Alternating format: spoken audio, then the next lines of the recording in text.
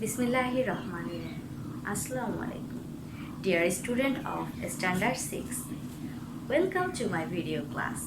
Hope you all are safe and sound by the grace of Almighty. Today I will discuss on very important thing about the subject Islam and moral education. You know that we have already finished chapter 1 and 2 in our class, but you do not need to read all topic for half yearly exam. Students, listen carefully. From chapter 1, you have to read Tawhid, Kalima Tayyibah, Kalima Shahadat, Iman Muzmal and Asmaul Husna. And from chapter 2, you have to read impurity, purity, wadu, tayammum, ghusl, salat, waqt of salat, the rules to perform salat as mentioned in your syllabus.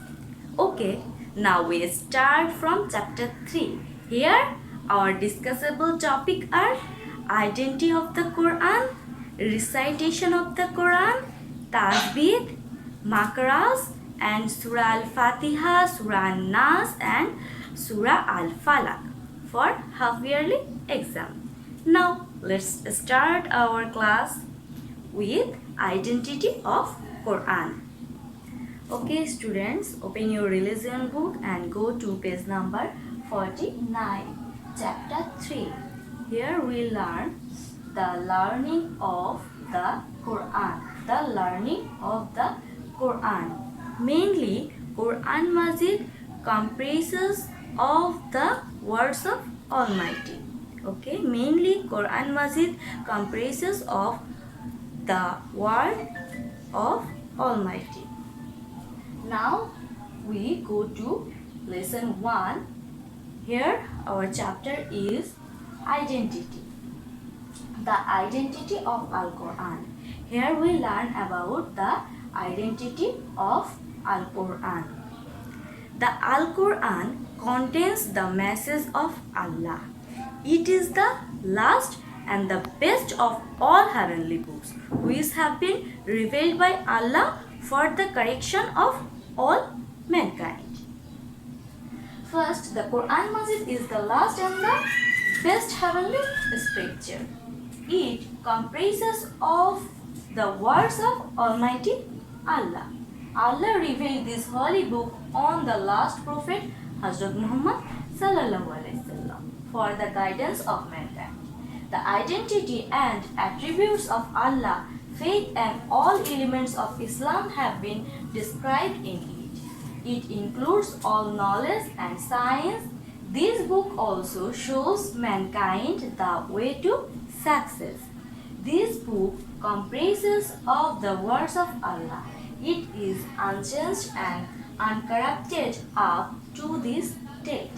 Nobody has been able to change even a single nukta, alphabet, word or harakat of it, nor will anyone be able to do so in future, because Allah Himself preserves this book. So now we clear about the identity of Al-Quran. The Al-Quran contains the message of Allah. It is the last and the best of all heavenly books, which have been revealed by Allah for the correction of all mankind. Now we discuss about revelation of Quran Majid. In this topic, we learn about the Holy Quran was revealed to the great Prophet Hazrat Muhammad sallallahu alaihi wasallam. Before revealing, the Holy Quran was kept in Lauhe Mahfuz. Okay, kept in Lauhe Mahfuz on the night of Shab-e Qadr. On the night of Shab-e Qadr, the entire Quran was revealed at a time from Lauhe Mahfuz in a place named Baitul Izza. In a place named Baitul Izza, at the nearest sky from the earth. At the nearest sky from the earth. Okay, students, that's the main things revelation of Quran Majid. I think it is clear. Now we go through our textbook. Revelation of Quran Majid. Al-Quran was revealed on the last prophet and messenger Hazrat Muhammad sallallahu alaihi wasallam. It is preserved in a highly conserved chest called Lawh Mahfuz. Our dear prophet Hazrat Muhammad sallallahu alaihi wasallam was born in the city of Makkah in Arabia, where our Hazrat Muhammad sallallahu alaihi wasallam was born. He is born in Makkah in Arabia. People of that region are idol worshippers. Fighting and dispute are common in those days. The great Prophet ﷺ did not like these things. He thought that all human beings have just one creator, and if they lead their lives in the way shown by him, there would be peace. He used to remain absorbed in meditation in the cave of Hira for this. He was granted Nabuwat at the age of 40. That's line is too much important. He was granted Nabuwat at the age of 40. Allah revealed the Al-Quran to him through Jibreel alayhi salam. Allah revealed the Al-Quran to him through Jibreel alayhi salam. At this time, the first 5 ayat of Surah Al-Alaq of the Al-Quran are revealed. Later, various ayats of the Quran are revealed in keeping with requirements. In this way, it took 23 years for the completion of the revelation of this holy book on the great prophet Hazrat Muhammad sallallahu alaihi wasallam. Okay, now we discuss the topic, the characteristics of Al-Quran. The characteristics of Al-Quran. Al-Quran is the last heavenly book. Allah has revealed a total of 104 heavenly books. 104 heavenly books. Among them, 100 are small scripture. Among them, 100 are small. These are called Sohifa. These are called Sohifa. 100 are small scriptures are called Sohifa. The remaining 4 are broad heavenly books. The remaining 4 are broad heavenly books. These are the Taurat, the Zabur, the Quran and the Injil. The Taurat, the Zabur, the Injil and the Quran. The Al-Quran is the last heavenly book. The Al-Quran is the last heavenly book. No book will be revealed after this one. The Quran Majid is the best holy book. Various elements of religion have been described in it. In this book, there are guidelines for the solution of the problems that occur in human lives. The main teaching of the previous heavenly books are also included in it. Therefore, Al-Quran is the best holy book. Al-Quran comprises of the words of Allah. Its inner significance and language are unique. This is the greatest miracle of the great Prophet Hazrat Muhammad sallallahu alaihi wasallam. Nobody has been able to compose anything equal to even its smallest surah and will never be able to do that. Okay? Our next topic is the importance of Al-Quran. The importance of Al-Quran. Here, the gist of this topic is the Quran is considered the eternal miracle of Islam. It is the complete and best guide for living one's life and seeking Allah's pleasure. The teaching of the Quran are universal, addressed to all people throughout the world, regardless of their creed and color.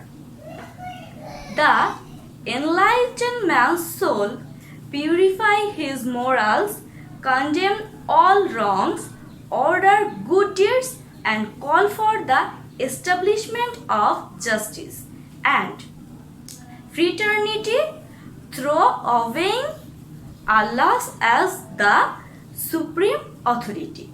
Okay, that's the topic main things. That's the topic's main things. Okay students, this is the end of this first lesson, and now we will move to lesson 2.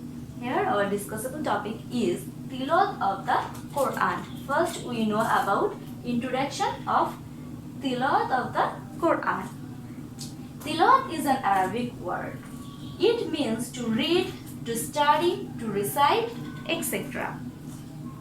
What is we called tilawat? Tilawat is an Arabic word. It means to read, to study, to recite, etc.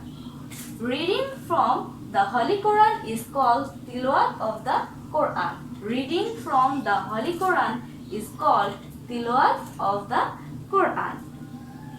Al-Quran was revealed in Arabic, so it must be read in Arabic. For this, one has to recognize Arabic alphabets and letters to read this holy book. Reciting from the Al-Quran decently and in correct Arabic pronunciation is called tilawat of Quran. It is worth mentioning that the original meaning of the Quran is read, studied. This means something that has been read. Al-Quran is the mostly read holy book in the world.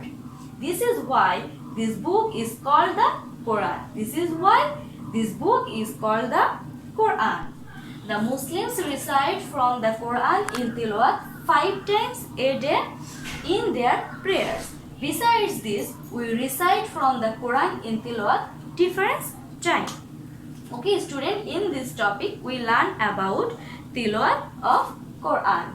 Now we go to our next topic, importance of tilawat from the Quran. Importance of tilawat from the Quran. Mainly, recitation of the Holy Quran is a form of mystical music that contributes to the release of endorphins by stimulating alpha brain waves. Okay, recitation of the Holy Quran is a form of mystical music that contributes to the release of endorphins by stimulating alpha brain wave.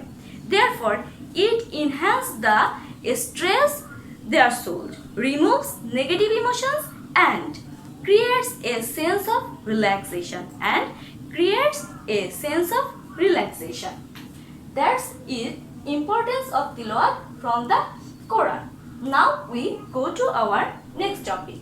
Our next topic is the fazilat for tilawat from the Holy Quran. The fazilat for the tilawat from the Holy Quran. The great are the blessing of reciting from the Holy Quran. Reciting from the Quran Majid happens to be the best form of nafil worship. Allah becomes pleased if the Quran is recited. The peace from Allah descends upon the room in which the Quran is recited. According to a hadith of the great Prophet Hazrat Muhammad ﷺ, one can get 10 words in exchange of every alphabet or letter recited from the Holy Quran. So, it is clear that reciting from the Quran is an act which is full of blessing. Therefore, we shall recite from the Quran more and more. Now we go to our next topic. Our next topic is Nazira Tilawat. Reciting the Al-Quran looking at it is called Nazira Tilawat. What is called Nazira Tilawat? Reciting the Al-Quran looking at it is called Nazira Tilawat. It is also an excellent form of prayer, be it from the memory or by looking at it, whether the way. Reading of the Quran Majid brings virtue. Reciting from the Quran also brings peace of mind. The soul is purified. On the day of Qiyamah, the Quran will intercede for those who recite from the Quran Majid in the worldly life. So our topic is in here. At the end of this lesson, we learn about the importance of Quran Tilawat and the fazilat for Quran Tilawat. Now we move to our next lesson, lesson 3. Here discussable topic is Tajweed. Introduction of Tajweed. The meaning of the word Tajweed is the excel or make beautiful. What is the meaning of the word Tajweed? The meaning of the word Tajweed is to excel or make beautiful. Tajweed is the term for reading the ayats of the Al-Quran in a beautiful and correct style. In a beautiful and correct style. That means to recite every alphabet of the Al-Quran correctly in accordance with makhraj and shifat is called tajweed. What is called tajweed? Tajweed is the term for reading the ayats of the Al-Quran in a beautiful and correct style. That means to recite every alphabet of the Al-Quran correctly in accordance with makhraj and shifat is called tajweed. Okay?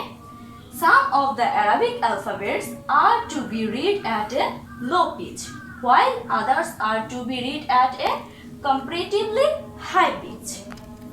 This particular feature or pronunciation is called shifat. What is called shifat? Some of the Arabic alphabets are to be read at a low pitch, while others are to be read at a comparatively high pitch. This particular feature or pronunciation is called shifat. For example, ta, to, ta, to are pronounced from the same location, but their shifat is different. Okay, ta and to, their shifat is different, but they pronounced from the same location. Of these two letters, to is to be pronounced heavily and is to be read at a high pitch. Makhraj is the area from which a sound is pronounced. Makhraj is the area from which a sound is pronounced. For example, ha and ha, ha and ha. These two letters are to be pronounced from different areas. To recite the Quran with proper makhraj and sifat is a decent manner is called tajweed. Okay students, here we learn about what is tajweed. Now we go to our next topic. Our next topic is importance of tajweed. To read Quran is accordance with tajweed is wajib or essential. If the Quran is not recited according to tajweed, one will incur sin. If the Al-Quran is not read properly, at times its meaning is altered. Besides, Salat also does not find fulfillment due to incorrect tilawat. For example, in Surah Ikhlas, we have Qul huwallahu ahad. Qul huwallahu ahad. Say, He is Allah, one and unique. That line means, say, He is Allah, one and unique. Here the word Qul means say. Qul means say. But if kaf is pronounced with wrong makhraj like Qul. But if kaf is pronounced with wrong makhraj like Qul, the meaning is disturbed. The meaning is disturbed. Because the word Qul means it. Because the word Qul means it. As a result, the meaning of the Al-Quran is disturbed, which is not valid in any way.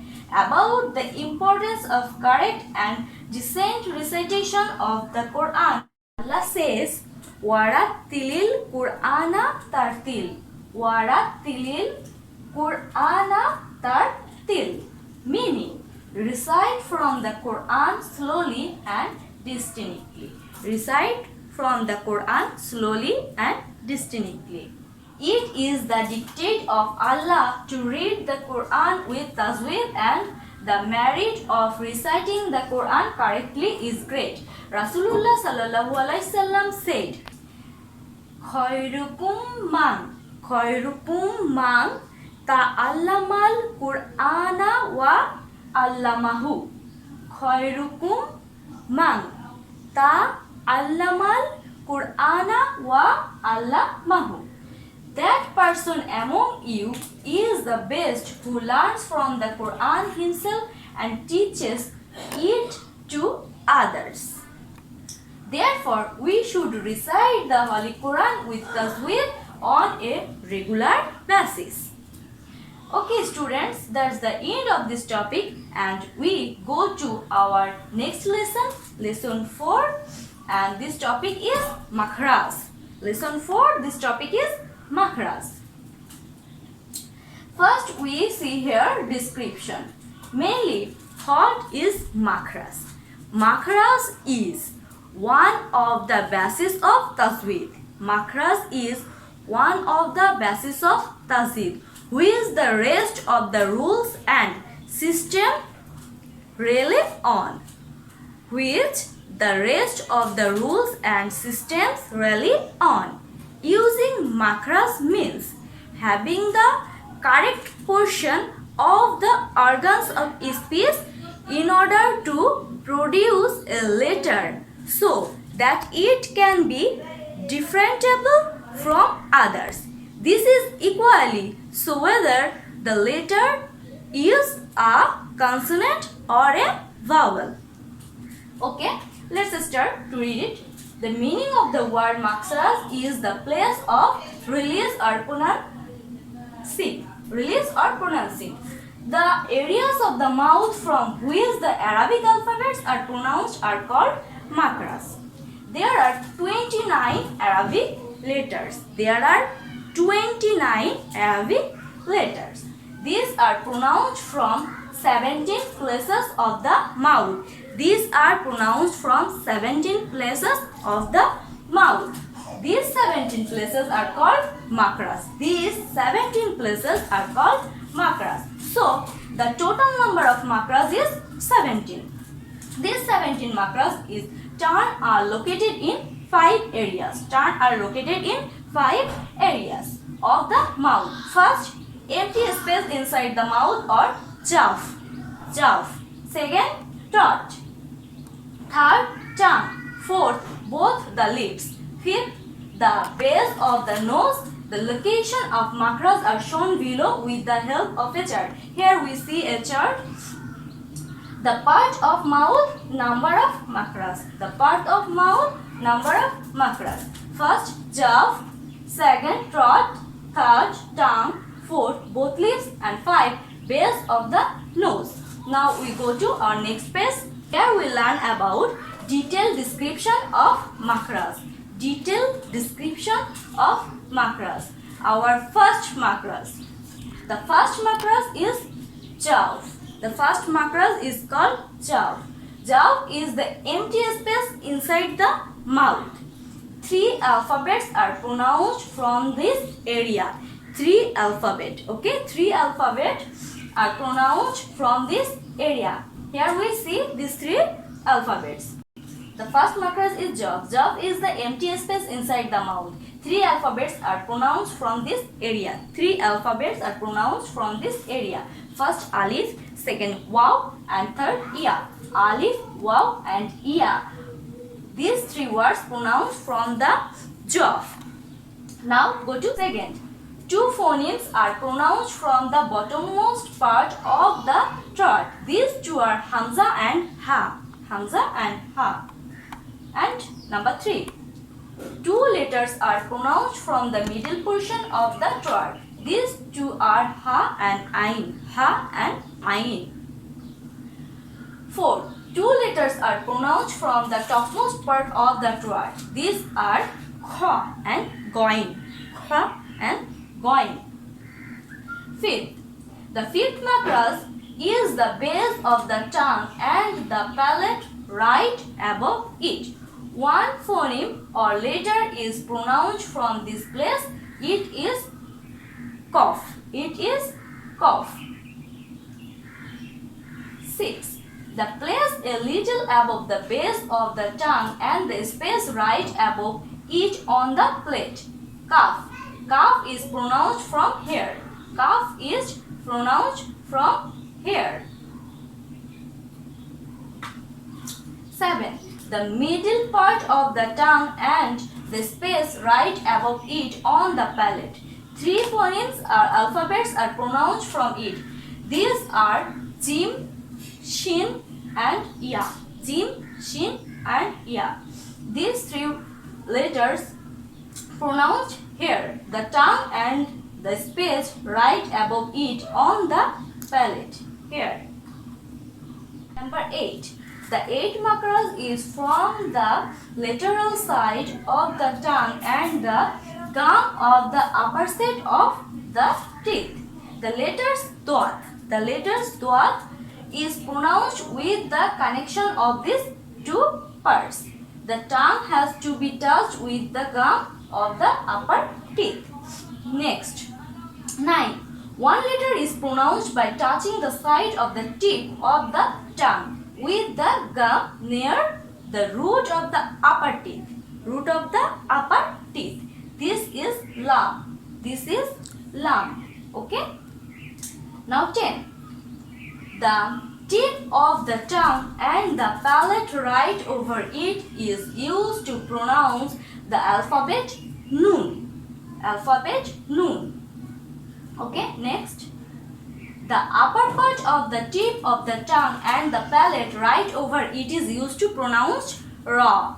It is pronounced raw. 3 alphabets are pronounced from the tip of the tongue and the root of the frontal upper teeth. These are ta, dal and twa. Ta, dal and twa. The tip of the tongue and the tip of the 2 teeth of the lower frontal teeth and a little bit of the upper teeth are used to pronounce 3 alphabets. These are ja, sin and sod. Ja, sin and sod. 14. The tip of the tongue and the tip of the 2 major teeth of the upper frontal side, the alphabets pronounced from here are sa, jal, jwa. And 15. The inside or the wet part of the lower lip and the tip of the 2 upper frontal teeth, fa, is pronounced from this macros. Fa. Now 16. The 2 lips. 3 alphabets are pronounced from here. The 2 lips, 3 alphabets are pronounced from here. Ba, mim and wow. Ba, mim and wow. The last macros is the base of the nose. The gunas are pronounced from here. For example, the noon with jazm is sometimes concealed and pronounced from the base of the nose. This is also the macros for the noon with tasdid. For example, na mang shari. Okay, a very important lesson of tajweed is macros. The letters must be pronounced from its particular macros. Therefore, we shall learn the macros of the alphabets and practice regularly. That's the end of this chapter and I want to give you some homework.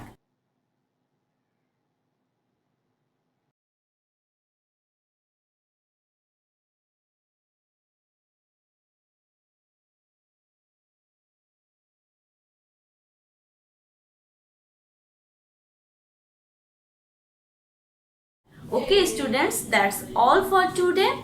The rest of chapter 3, the 3 surahs, will be discussed in another class. Okay students, see you in the next class. Till then, keep praying. Allah Hafiz.